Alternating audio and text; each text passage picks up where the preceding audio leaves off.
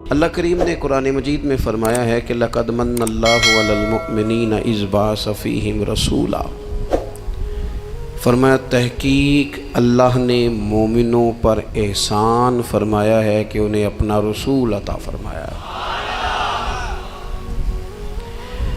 اس کا صرف ترجمہ کبھی بندے کی سمجھ میں آ جائے نا تو سارا میلاد اس کی سمجھ میں آ جاتا ہے۔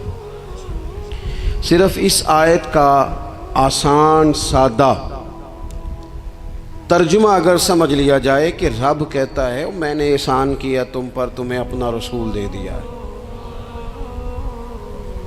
وہ دو عالم کی رحمت ہیں، وہ جہاں چاہتے وہیں رہتے، یہ تو ان کی مہربانی ہے کہ یہ عالم پسند آیا۔ نبی پاک صلی اللہ تعالیٰ علیہ وسلم ہمارے اوپر رب کا سب سے بڑا احسان ہے، اور اللہ تبارک و تعالیٰ نے سسکتی، تڑپتی، بے چین، پریشان، تکلیف میں مبتلا اپنی مخلوق پر رحم فرمایا اور رسول کریم عطا فرمائے۔ نبی پاک صلی اللہ تعالیٰ علیہ وسلم کی تشریف آوری نے ایک ایک ذرے پر احسان کیا، حضور سے ایک ایک نگر، ایک ایک پتا فیضیاب ہوا، لیکن بعض چیزیں ایسی ہیں جنہیں خصوصی طور پر سرکار نے نوازا، بعض معاملات پر خاص کرم نوازی حضور نے فرمائی۔ ایک اہم مسئلہ ہے عقیدے کا مسئلہ۔ جس بندے کا کوئی عقیدہ نہیں نہ ہوتا، کوئی نظریہ نہیں ہوتا، کوئی اس شخص کا خاص مزاج نہیں ہوتا سمجھنے والا، ماننے والا، وہ بندہ بھی بیچارہ کوئی زندگی کا لطف نہیں اٹھا پاتا۔ اس کا کوئی نظریہ ہی نہیں ہے، کوئی سوچ ہی نہیں ہے، کوئی اس کی فکر ہی نہیں ہے اس نے کس طرف جانا ہے۔ عقیدہ نہ ہو بندے کا، یعنی دنیا میں معاذ اللہ کچھ ایسے لوگ پائے جاتے ہیں جو سرے سے اللہ تعالیٰ کوئی نہیں مانتے، زندگی کیسے گزرے گی؟ وہ اپنی توجہات کا قبلہ کسے بنائیں گے؟ اور پھر دنیا میں کچھ لوگ ایسے گزرے جو کئی خداؤں کے قائل، کئی، اور پھر اہل عرب کا تو یہ حال کہ 360 بتوں کے سامنے جھکتے۔ مجھے بتائیے جس بندے کو یہی خبر نہ ہو میرا خالق اور مالک کون ہے، جس کو یہی پتہ نہ ہو کہ میرا رزق کہاں سے آتا ہے، میں نے مانگنا کہاں سے ہے، جس سے یہ خبر ہی نہ ہو کہ میری دعاؤں کا رخ کس طرف ہونا چاہیے، اس کی بھی کوئی زندگی ہے؟ نبی پاک علیہ السلام نے سب سے بڑا احسان یہ فرمایا ہے کہ ہمیں عقیدہ توحید سکھایا ہے۔ حضور نے ہمیں ہر جگہ سے چھڑا کے رب کریم کی بارگاہ میں سجدہ کرنے کا حکم دیا ہے۔ عرب کے لوگ جو تھے وہ بڑی بڑی وہم کا شکار تھے، بڑی بڑی اوہام پرستی کا شکار تھے۔ یہ آج کل بھی وہم بہت زیادہ ہے نوجوانوں میں، یعنی کوئی فیصلہ پکا ہے ہی نہیں، کوئی پکی بات ہی نہیں کرتے، یہ کر لوں کہ نہ کروں، اگر آپ کہتے ہیں تو کر لیتا ہوں، ویسے اس میں فلانی کمزوری بھی ہے، اور اگر میں نے نہ کیا تو فلاں مشکل بھی ہے۔ بھئی جس بندے نے قوت فیصلہ ہی نہیں پائی، اس نے ارادہ ہی پکا نہیں کیا کہ اس نے کدھر جانا ہے، تو وہ سفر کیسے کرے گا؟ سفر تو اس بندے کا مکمل ہوتا ہے جو سفر شروع کرتا ہے۔ عرب کے لوگ بھی بڑے بڑے اوہام پرستی کا قائل تھے۔ وہ جب قربانیاں کرتے تھے تو ان کا گوشت لا کے کعبے کی دیواروں کے ساتھ ملا کرتے تھے، یہ قبولیت کی علامت ہے۔ سارے کپڑے اتار کے کعبے کا طواف کرتے تھے، جب احرام باندھ لیتے، حج عمرے کا ارادہ کرتے تو دروازوں سے داخل نہیں ہوتے تھے۔ وہ کہتے تھے کہ دروازے گناہگار ہیں اور ہم چونکہ اب نیک کام کر رہے ہیں لہذا اوپر سے ہو کے آئیں گے۔ رسول کریم علیہ السلام نے انہیں ان سارے وہموں سے، ساری پریشانیوں سے، ان ساری بدشگونیوں سے نکال کے کہا اللہ تمہارا مالک ہے، اللہ تمہارا محافظ ہے، ہوگا وہ جو رب چاہے گا۔ ذرا سی بات پہ سہم جانا، ذرا سی بات پہ ڈر جانا۔ حضور نے لوگوں کو قوت فیصلہ عطا کی، اور اتنی بڑی قوت فیصلہ حضور نے دی کہ کل تک جو فیصلہ کر نہیں نہ پا رہے تھے، آج انہوں نے اس طرح کے فیصلے کیے کہ اپنی ساری کی ساری اولادیں لے کر وہ میدانوں میں کھڑے ہو گئے۔ وہ ڈٹ گئے کہ ہم نے کفر کے مقابلے میں جہاد کرنا ہے۔ انہوں نے طے کر لیا کہ حق کیا ہے، سچ کیا ہے۔ نبی پاک علیہ السلام نے ہمیں عقیدہ توحید دیا اور وہ طے کر کے دیا ہے نبی پاک نے، سجدہ سوائے اللہ کے کسی کو جائز، اگر کوئی عبادت کی نیت سے کرتا ہے تو سجدہ کفر ہے، اور اگر تعظیم کی نیت سے کرتا ہے تو حرام ہے۔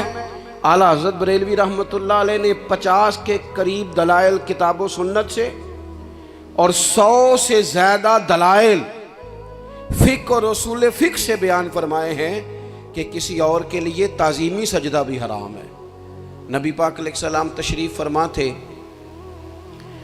تو کچھ جانوروں نے آ کے حضور کے قدموں پہ سجدہ کیا، پیش نظر ہے وہ نوبہار اور سجدے کو دل ہے بے قرار، روکیے سر کو روکیے یہی تو امتحان ہے۔ کچھ جانوروں نے جب سجدہ کیا تو صحابہ عرض کرنے لگے یا رسول اللہ صلی اللہ تعالیٰ علیہ وسلم ہمارا بھی دل کرتا ہے، تو حضور نے فرمایا بھی سجدہ سوائے رب کے کسی کے لیے جائز نہیں ہے، ہاں اگر جائز ہوتا تو میں خاتون سے کہتا کہ اپنے شوہر کو سجدہ کرے۔ نبی پاک علیہ السلام نے حد بندی کر دی۔ اور پھر دیکھیں یہ جو ہم میلاد مناتے ہیں نا، یہ میلاد اللہ تعالیٰ کی توحید کا بہت بڑا اعلان ہے۔ ہم کہتے ہیں نبی پاک کا میلاد ہوا، جس کا میلاد ہوتا ہے وہ خدا نہیں ہوتا، جو پیدا ہوتا ہے وہ رب۔ جب ہم میلاد منا رہے ہوتے ہیں تو ہم یہ بتا رہے ہوتے ہیں بھئی حضور خدا نہیں، حضور تو 12 ربیع الاول کو پیدا ہوئے، تو جو پیدا ہو رب پیدا، لم یلد ولم یولد، اللہ تبارک و تعالیٰ پیدا نہیں ہوتا، مالک تو ازلی ابدی شانیں رکھتا ہے۔ اس لیے عقیدہ توحید بندے کو مضبوط کر دیتا ہے۔ انسان جب عقیدہ توحید والا ہو جاتا ہے، اور نبی پاک علیہ السلام دنیا میں رب کی طرف بلانے آئے، وداعیا الی اللہ باذنہ وسراجا منیرا، حضور نے لوگوں کو اللہ کی جانب دعوت دی۔ جب انسان توحید والا ہو جاتا ہے تو مضبوط ہو جاتا ہے، وہ کسی سے نہیں ڈرتا، وہ سمجھتا ہے ہونا تو وہ ہے جو میرا رب چاہے گا، مجھے پریشان ہونے کی ضرورت کیا ہے۔ پھر اس کا بھروسہ بھی اللہ تعالیٰ پر، اس کی امیدیں بھی اللہ رسول سے، اس کی توجہات کا قبلہ بھی سارا ادھر ہی۔ تو حضور نے لوگوں کو عقیدہ دیا، مضبوط کیا۔ رسول پاک صلی اللہ تعالیٰ علیہ وسلم نے ذہنوں کو پختگی عطا فرمائی۔ تو سب سے بنیادی چیز حضور کا جو احسان ہے وہ عقیدہ ہے۔ پھر بعض خاص طبقات پر حضور نے خاص احسان کیا۔ آج بھی پوری دنیا میں ڈنڈورا پیٹا جاتا ہے عورتوں کے حقوق کا، پوری دنیا کے اندر، اور بعض لوگ عورتوں کو بڑا دھوکہ دیتے ہیں، کہتے ہیں تمہیں حق نہیں ملتے لہٰذا تم سڑکوں پہ آ جاؤ، معاذ اللہ، تمہیں حق نہیں ملتے لہٰذا تم معاذ اللہ بازاروں کی رونق بن جاؤ۔ عورتوں کو بڑا پریشان کیا جاتا ہے حقوق کے تعلق سے۔ نبی پاک علیہ السلام کی آمد سے پہلے کوئی خاتون کے ساتھ سلوک اچھا نہیں کیا جاتا تھا، اس کا کوئی جائیداد میں حصہ نہیں تھا۔ عورت کا خامد اگر فوت ہو جاتا تو وہ اپنے سسرال کے خاندان کی پراپرٹی بن جاتی معاذ اللہ، اور جس کے مرضی چاہے سپرد کر دیتے۔ ہندوستان کے بعض علاقوں میں ایسی کبھی رسمیں بھی پائی جاتی تھی کہ بعض عورتیں اپنے خامد کے ساتھ جل جانا مناسب سمجھتی تھی کہ بعد میں کوئی زندگی تو ہوگی نہیں، اور بیوہ خاتون اور طلاق یافتہ خاتون، اس کے بارے میں تو لوگوں کا خیال تھا کہ شاید یہ خاتون بالکل سوسائٹی اور سماج کا حصہ ہی نہیں ہونی چاہیے۔ قربان جائیں، یہ اعزاز میرے نبی پاک نے دیا ہے۔ حضور نے پہلی شادی ہی اس خاتون سے کی ہے جن کا پہلے بھی نکاح ہو چکا تھا، اور خاتون کو حضور نے حقوق دیے، جائیداد میں حصہ دیا۔ کہا جو بیٹیوں کی بہنوں کی پرورش کر کے آئے گا اور اچھی پرورش کر کے انہیں روانہ کر دے گا، جس طرح میری 2 انگلیاں جڑی ہوئی ہیں میرے ساتھ جڑ کے جنت میں جائے گا۔ اور ایک روایت میں فرمایا کہ جب کسی کے ہاں بیٹی پیدا ہوتی ہے نا تو اللہ فرشتوں کو بھیجتا ہے، اور وہ اس کے گرد کھڑے ہو جاتے ہیں اور گھر والوں کو سلام کہتے ہیں، اور کہتے ہیں یہ ضعیفہ ایک ضعیفہ سے پیدا ہوئی ہے، یہ کمزور یعنی صنف کے لحاظ سے کمزور نازک بچی ایک نازک ماں سے پیدا ہوئی ہے۔ فرشتے کہتے ہیں جو اس کی پرورش کرے گا نا اللہ قیامت تک اس کی مدد کرے گا، اس کی ہمیشہ مدد ہوتی رہے۔ اور نبی پاک صلی اللہ تعالیٰ علیہ وسلم کی خدمت میں آ کے جب خواتین نے کہا تو نا یا رسول اللہ، ہمارے تو دین دنیا کے معاملات میں مردوں کے تعلق سے کمزوری ہے، کئی دن تو ہم ویسے نماز نہیں پڑھ سکتی مہینے میں، کئی دن تو ہم ویسے عبادات کے قریب نہیں جا سکتی، جہاد پہ ہم نہیں جاتی، گواہی ہماری مردوں کے برابر نہیں، تو یا رسول اللہ صلی اللہ علیہ وسلم ہمارا بھی کوئی اعزاز ہے؟ تو حضور نے فرمایا جب کوئی خاتون حاملہ ہوتی ہے نا تو اللہ اسے اتنا ہی ثواب دیتا ہے جتنا جہاد کرنے والے کو ثواب دیتا ہے، اور جب بچہ پیدا ہوتا ہے تو اللہ تعالیٰ اسے شہادت کا درجہ عطا کرتا ہے، اور جب وہ بچوں کو دودھ پلاتی ہے تو رب اسے غلام آزاد کرنے کا ثواب عطا کرتا ہے۔ ایک دفعہ نا نبی پاک صلی اللہ تعالیٰ علیہ وسلم کی خدمت عالی مرتبت میں حضرت عائشہ صدیقہ رضی اللہ تعالیٰ عنہ نے ایک واقعہ عرض کیا، عرض کی حضور آج میرے ساتھ عجیب معاملہ ہوا، میں گھر میں اکیلی تھی تو ایک خاتون 2 بیٹیوں سمیت آئی، اس نے کہا کہ میں بھی بھوکی ہوں، میری بیٹیاں بھی پریشان ہیں، کھانا نہیں کھایا۔ سیدہ پاک کہتی ہیں یا رسول اللہ میرے پاس بھی 3 کھجوریں تھیں گھر میں پڑی، یہ 2 جہاں کے شاہ ہیں پر پاس کچھ رکھتے نہیں، اور 2 جہاں کی نعمتیں ہیں ان کے خالی ہاتھ میں۔ فرماتی ہیں وہ 3 کھجوریں میں نے ان 3 ماں بیٹیوں کو دے دی، ماں نے پہلے ایک کھجور دونوں بیٹیوں کو دی، پھر بچیاں وہ کھجور کھا کے ماں کی طرف دیکھنے لگی تو جو کھجور ماں کے پاس تھی اماں نے اس کے بھی 2 حصے کر کے بیٹیوں میں بانٹ دیے۔ حضرت عائشہ عرض کرنے لگی یا رسول اللہ میں نے یہ بڑا نرالا رنگ دیکھا ہے، ماں کا اپنے بچوں سے پیار کا انداز۔ تو حضور نے کیا فرمایا؟ نبی پاک علیہ الصلوۃ والسلام فرمانے لگے سن پھر اللہ تعالیٰ نے اس عورت پر جنت کو واجب کر دیا ہے، فرمایا اللہ نے اسے جہنم سے دور کر دیا جو بیٹیوں کے معاملے میں آزمایا گیا، اور جس نے پھر ان کے ساتھ اچھا سلوک کیا۔ اپنا حضور کا عمل یہ تھا کہ حضور کی بڑی صاحبزادی سیدہ زینب رضی اللہ تعالیٰ عنہ، یہ حضور کی سب سے بڑی صاحبزادی ہیں، یہ بخاری میں آپ کو ملے گا کہ ان کی بیٹی جناب امامہ بنت زینب چھوٹی سی عمر تھی، تو جب حضور نماز کے لیے آتے تھے تو نواسی کو اٹھا کے ساتھ لے آتے تھے، اور وہ حضور نماز پڑھتے تھے تو وہ نبی پاک کے کندھوں پہ کھیلتی تھی۔ حضور نے عملاً بیٹیوں سے پیار کرنا سکھایا، بیٹیوں سے محبت کریں، بیٹیوں سے پیار کریں۔ بیٹیاں بڑی خیرخواہ ہوتی ہیں، بیٹیاں ماں باپ کی بڑی وفادار ہوتی ہیں، بیٹیاں بڑا خاص تعلق رکھتی ہیں۔ جوانوں آپ سے بھی کہوں گا بہنوں کی طرف توجہ رکھیں، جو کسی کی بہن آپ کے گھر ہے اس کا بھی خاص احساس کریں، وہ بھی کسی کی بہن ہے، لیکن اپنی بہن کے ساتھ بھی خاص نسبت کا تعلق قائم رکھیں، رشتوں میں اعتدال ہونا چاہیے۔ اس صنف کو نبی پاک علیہ السلام نے خاص کر کے نوازا ہے، اور ہمارا بھی ان کے ساتھ خاص رشتہ ہونا چاہیے۔ اسی طرح کا معاملہ یتیموں کے ساتھ ہے، کمزوروں کے ساتھ ہے۔ دیکھو آج نا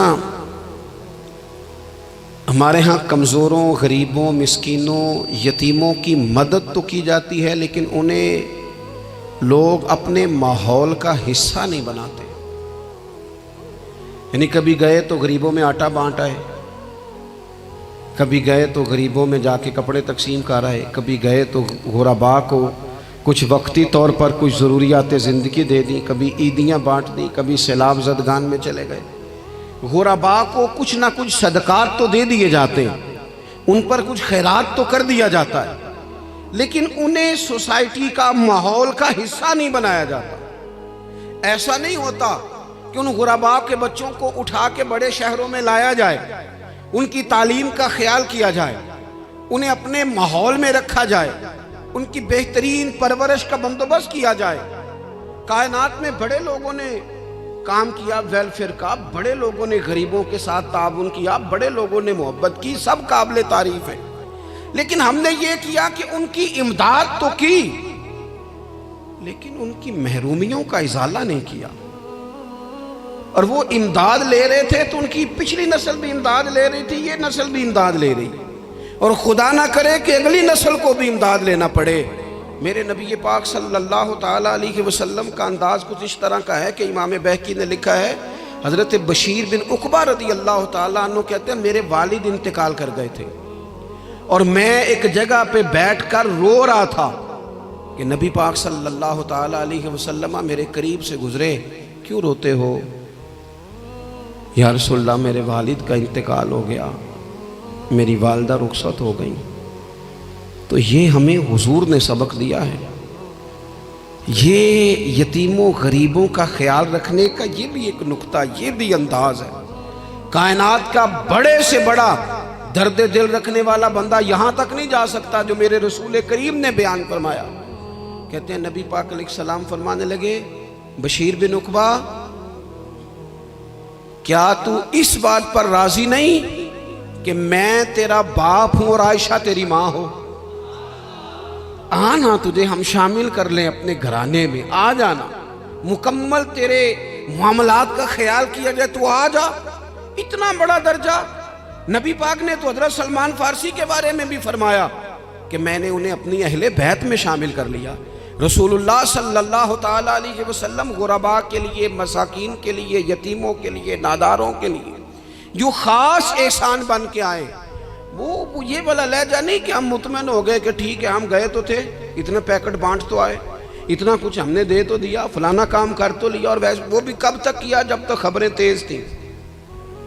ہمارے ملک میں سیلاب آیا، میڈیا نے خبر دی، شور ہوا، لوگوں نے بڑی کوشش کی، الحمدللہ بڑے اچھے جذبات کا اظہار کیا، ڈھیر سارے لوگ وہاں گئے۔ میں آپ سے پوچھتا ہوں کہ کیا سیلاب زدگان سارے اپنے اپنے گھروں میں چلے گئے؟ ان کے گھر بن گئے؟ لیکن ہمارے جذبے کیوں ٹھنڈے ہو گئے؟ اس لیے کہ خبریں ٹھنڈی ہو گئی۔ ہم تو چلتے ہیں ٹرینڈ کے ساتھ کہ آج کل ٹرینڈ کیا ہے، اگر خبر ادھر کی ہے تو ذوق ادھر کا ہے، خبر ادھر کی ہے تو ذوق ادھر کا ہے۔ دیر پا کام کرنا اور خاص جذبات پیدا کرنا ان لوگوں کے لیے۔ حضرت سیدنا عبداللہ بن ابی اوفا رضی اللہ تعالیٰ عنہ روایت کرتے ہیں، ایک یتیم بچہ آیا تھا، اس نے عرض کی حضور میری ماں بھی بھوکی ہے اور میری ایک ہمشیرہ ہے وہ بھی بھوکی ہے، اے روٹی دا دکھ نہ پوچھو، روٹی تے بندہ کھا جاندی جے۔ یہ جو بھوک ہوتی ہے نا، بھوک، بہت سارے لوگ نا، میں ایک شادی میں تھا تو وہاں ایک دو لوگ کھانا کھا رہے تھے، تو بعض لوگ انہیں دیکھ دیکھ کے مذاق کر رہے تھے، ویڈیو بنا رہے تھے، کہتے دیکھو کھانا ہی نہیں آتا، کیا انداز ہے، سارا ان کا منہ جو ہے وہ کھانے سے بھر گیا، ہاتھ دیکھو کہاں تک ان کے لتھڑ گئے، کیا انداز ہے۔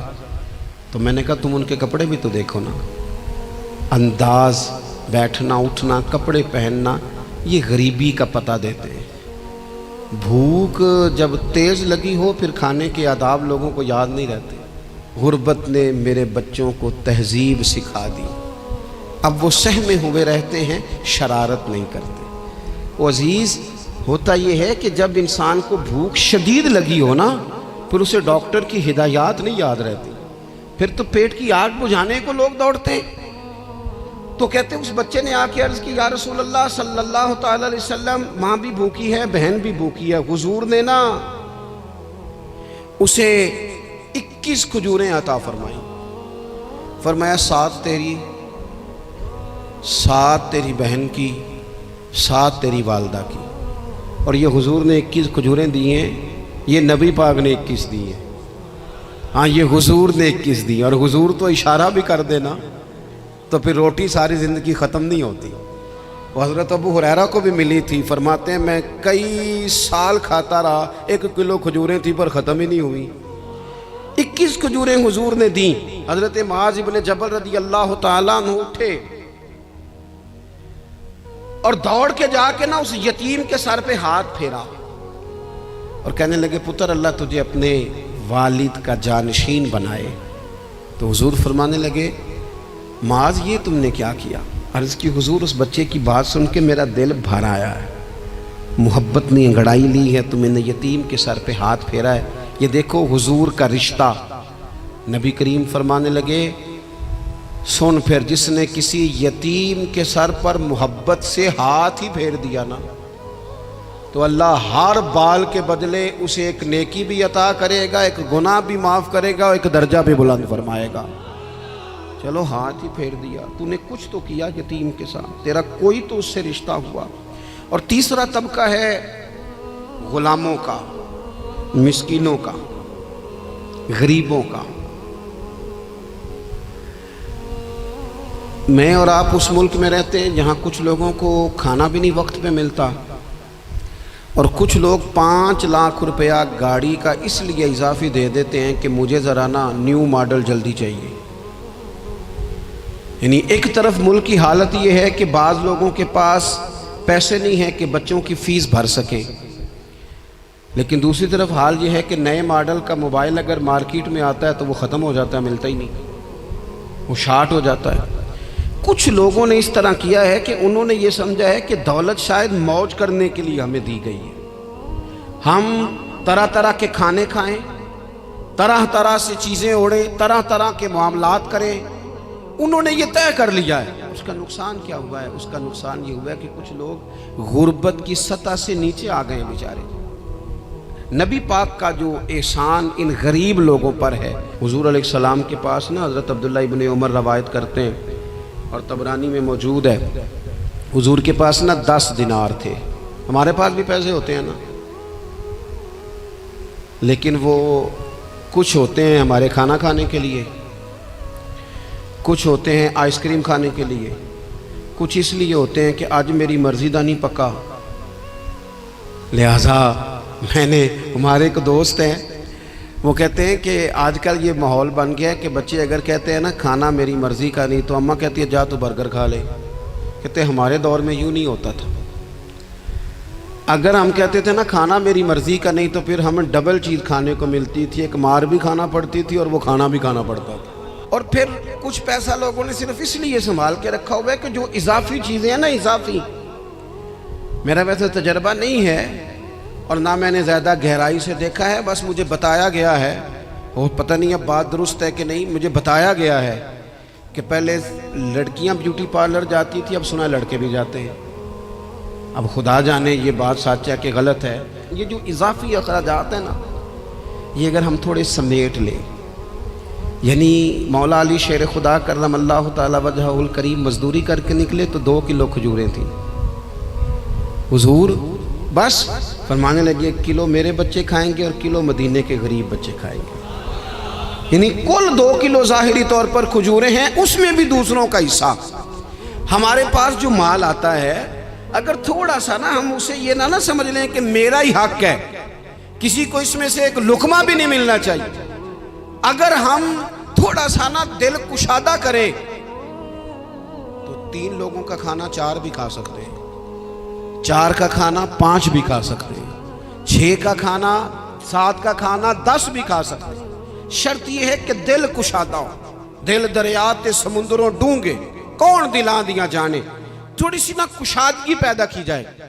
حضرت عبداللہ ابن عمر کہتے ہیں نبی کریم علیہ السلام کے پاس نا 10 دینار تھے، ویسے تو کائنات ہی میرے نبی کی مٹھی میں ہے، لیکن ظاہری طور پر 10 دینار تھے۔ حضور ایک دکان پہ گئے، 4 دینار کا حضور نے ایک جوڑا خریدا، کپڑے خریدے، وہ قمیض حضور نے پہنی، ایک انصاری آگے بڑھ کے عرض کرنے لگے حضور میرا بڑا دل کر رہا ہے، یہ مجھے نہیں دے دیتے آپ؟ تو حضور خوش ہو گئے، یہ میرے محبوب کا دروازہ ہے کہ جب کوئی مانگتا ہے تو حضور خوش ہو جاتے ہیں۔ نبی کریم سے مانگا اس شخص نے تو حضور خوش ہو گئے، اور محبوب نے وہ کرتا، وہ کپڑے اتار کے اس انصاری کو عطا کر دیے، اور 4 دینار کے اور خرید لیے، باقی بچے 2 دینار۔ نبی کریم وہ لے کے نکلے، رخصت ہوئے گھر جانے کے لیے، تو رستے میں خاتون کو روتے ہوئے دیکھا، حضور رک گئے، فرمایا کیوں رو رہی ہو؟ عرض کرنے لگی یا رسول اللہ صلی اللہ تعالی علیہ وسلم میں فلاں آدمی کی کنیز ہوں، نوکرانی ہوں، اس نے آٹا لینے بھیجا تھا 2 دینار کا، وہ 2 دینار گم ہو گئے، حضور نے 2 دینار اسے عطا کر دی، وہ دیے تو پھر رو رہی تھی، فرمایا اب کیوں روتی ہو؟ کہنے لگی یا رسول اللہ ڈرتی ہوں دیر بڑی ہو گئی یا مار ہی نہ پڑے۔ تو حضور نے فرمایا چل نہ میں تیرے ساتھ چلتا ہوں۔ حضور ان کے گھر گئے، وہ اہل ایمان کا گھر تھا جن کی وہ کنیز تھی، جا کے کہا السلام علیکم، اندر سے جواب ہی نہیں آیا، پھر فرمایا السلام علیکم، کوئی جواب ہی نہیں آیا۔ محبوب کا طریقہ مبارکہ تھا 3 دفعہ دستک، پھر واپسی، تیسری دفعہ کہا السلام علیکم تو وہ سارے بول پڑے وعلیکم السلام یا رسول اللہ، حضور ماں باپ قربان۔ حضور فرمانے لگے میں نے پہلے بھی 2 دفعہ سلام لیا, بولا کوئی نہیں. کہ یا رسول اللہ اپنے نصیب تھے نا کہ ہم پہ سلامتیاں بھیج کون رہا ہے, ہم نے سوچا ذرا 3 دفعہ مل جائے سلامتی, ذرا مل جائے نا. حضور سلامتی بھیج رہے ہیں تو آتی رہے نا. تو محبوب کریم علیہ السلام فرمانے لگے یہ تمہاری کنیز وہاں کھڑی رو رہی تھی, اس بیچاری کے 2 دینار گم ہو گئے تھے, اسے دوبارہ سامان لاتے کچھ دیر ہو گئی, اس پر سختی نہ کرنا, مارنا نہ.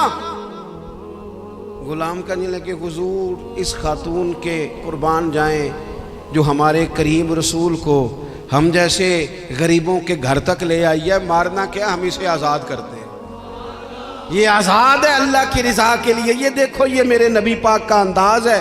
حضور نکلے تو جناب عبداللہ ابن عمر فرماتے ہیں رسول کریم فرمانے لگے شکر ہے اللہ تعالیٰ کا 10 دینار تھے, ایک انصاری نے بھی قمیض پہن لی, میں نے بھی قمیض پہن لی, اور رب نے کنیز کو آزاد بھی فرما دیا. یہ انداز ہمیں نبی کریم نے دیا ہے کہ ہم اپنے دولتوں میں اللہ کی عطاؤں میں غرباء کو, قریبیوں کو, رشتہ داروں کو, بہن بھائیوں کو تھوڑا شریک کر لیں تاکہ وہ جو آسودگی اللہ نے ہمیں دی ہے اس میں سے دوسروں کو بھی کچھ نفع ملے. اور ایک بات آخر میں آپ کی خدمت میں یہ عرض کرنی ہے کہ جو زیر دست لوگ ہوتے ہیں نا, غلام, ملازم, نوکر, آپ اپنی زندگی کے مسائل دیکھ لیں. جن لوگوں کے پاس لاکھوں آتا ہے کبھی ہزاروں آنے لگ جائے تو پریشان ہو جاتے ہیں, تو جن کے پاس صرف سینکڑوں ہوتے ہیں تو ایسا تو نہیں کہ آپ ہی ٹینشن میں ہیں اور آپ ہی کو غصہ آتا ہے. وہ بیچارہ کبھی نوکر بھی تو ٹینشن میں ہو سکتا ہے نا, ملازم کو بھی تو کبھی ٹینشن ہوتی ہے نا, اس کے ساتھ بھی تو مسائل وابستہ ہے نا. حضرت سیدنا ابو مسعود انصاری رضی اللہ تعالیٰ عنہ بیان کرتے ہیں کہ مجھے اپنے غلام پہ غصہ آیا تو میں اسے مار رہا تھا, نبی کریم تشریف لے آئے, حضور نے ایک جملہ کہا تو میں رو پڑا. حضور فرمانے لگے جتنا اختیار تجھے اس پر حاصل ہے نا, اس سے کہیں بڑھ کر رب کو تیرے اوپر اختیار حاصل ہے, لہٰذا اللہ سے ڈر, اس کے معاملے میں اللہ سے ڈر. اور پھر حضور تو صرف غلام نہیں, جانوروں کے حق تک کا خیال فرماتے. ایک جگہ تشریف لے گئے تو اونٹ آپ کے پیروں پہ سر رکھ کے رویا, نبی کریم نے اس کی پشت پہ ہاتھ پھیرا, فرمایا اس کے مالک کو بلاؤ نا. جب وہ آیا تو کیا ارشاد فرمایا, فرمایا تو اس کے معاملے میں اللہ سے نہیں ڈرتا, اس نے شکایت کی ہے کہ تو اس کی طاقت سے زیادہ بوجھ ڈالتا ہے, چارہ اور پانی بھی وقت پر نہیں دیتا. یہ حضور کے احسانات ہیں, ہمیں ان احسانات کا خاص خیال رکھنا چاہیے. اور یہ جو ایام ہے عید میلاد النبی کے, ان ایام میں بالخصوص ہمیں غریبوں کے ساتھ, یتیموں کے ساتھ, بیواؤں کے ساتھ, مساکین کے ساتھ, لاچاروں کے ساتھ اس لحاظ سے زیادہ مدد کرنی چاہیے کہ میرے رسول پاک انہی کے لیے تو زیادہ رحمت بن کے آئے, انہی کا تو محبوب نے خیال زیادہ فرمایا, انہی کے بارے میں تو ہمیں تلقین زیادہ فرمائی. وہ اپنے پرائے کا غم کھانے والا, مرادیں غریبوں کی بھر لانے والا, مصیبت میں غیروں کے کام آنے والا, وہ نبیوں میں رحمت لقب پانے والا. تو نبی پاک علیہ السلام کے غلاموں یہ ہمیں سیکھنا ہے, اس پر ہمیں عمل کرنا ہے. اللہ کریم کی بارگاہ میں دعا ہے اللہ ہماری حاضری کو قبول فرمائے. آخر دعوانا ان الحمدللہ.